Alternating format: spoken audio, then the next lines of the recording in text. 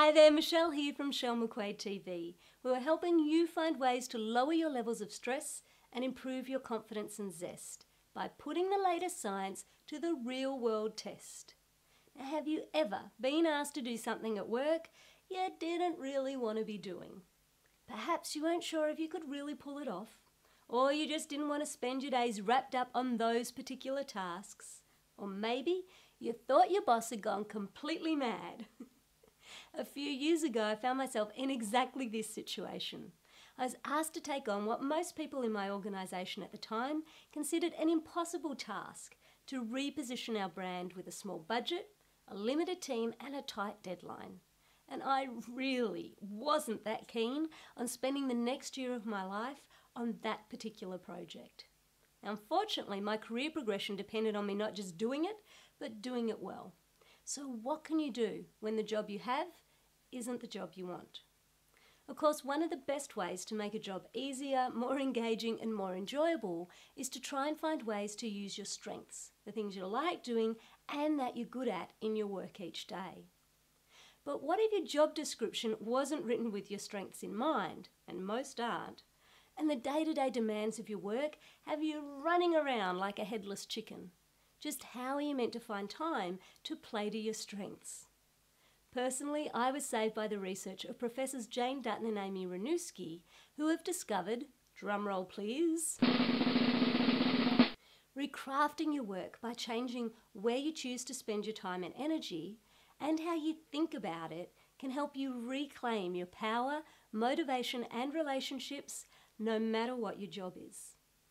That sounds interesting, but exactly how does recrafting your job work? And might you get fired for it? Using a job crafting toolkit created by Dutton and her colleagues, I took some time out to think about how much time, energy and attention I was going to need to devote to various tasks in my new role. Then I divided them into those I knew I'd find enjoyable and those that I knew would be more draining. For example, I was happy to lead the team on the project and use all I'd learnt in positive psychology to help bring out their best. But I was less enthralled with the day-to-day details of branding, as I felt like I'd already done this in previous roles.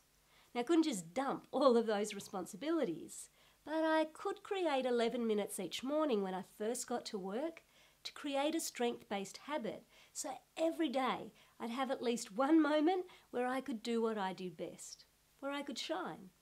So I decided to use my strength of curiosity and spend this time reviewing one piece of positive psychology research that might help me bring out the best in my team. Now, each day I'd note down what I learnt, and at the end of the week I'd package these ideas into an email for my boss to share what I was uncovering.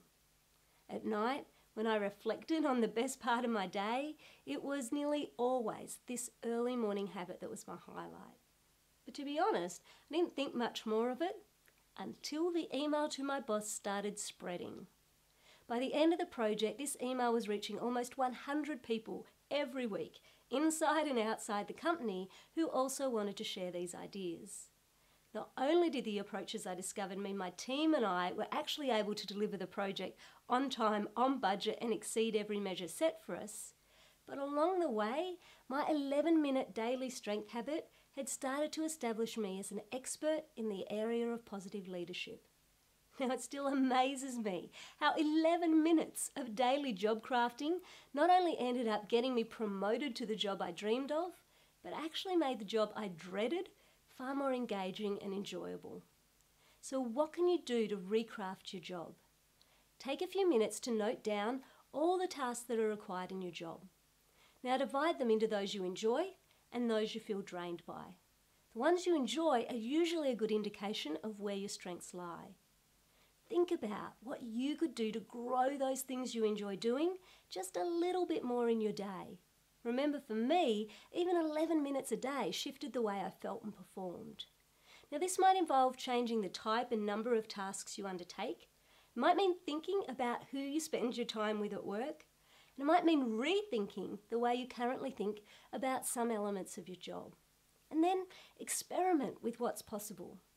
You're going to need to move past your own expectations of how you should spend your time and find small moments, even if it's at lunchtime or just before your day starts, to use your strengths and shine. it's likely everything else in your day will go better because you did. Want to put your strengths to use right now? Then share this video with your family and friends. And if you'd like more practical and playful ideas from the latest science in human flourishing, then be sure to subscribe or stop by michellmcquaid.com, leave your name and email address so you can hear all our news first. In the meantime, thanks so much for watching Shell McQuaid TV. Remember, you are good enough, so don't be afraid to let your light shine.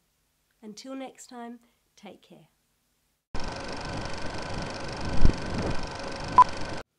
What are your strengths? Kindness, persistence, love.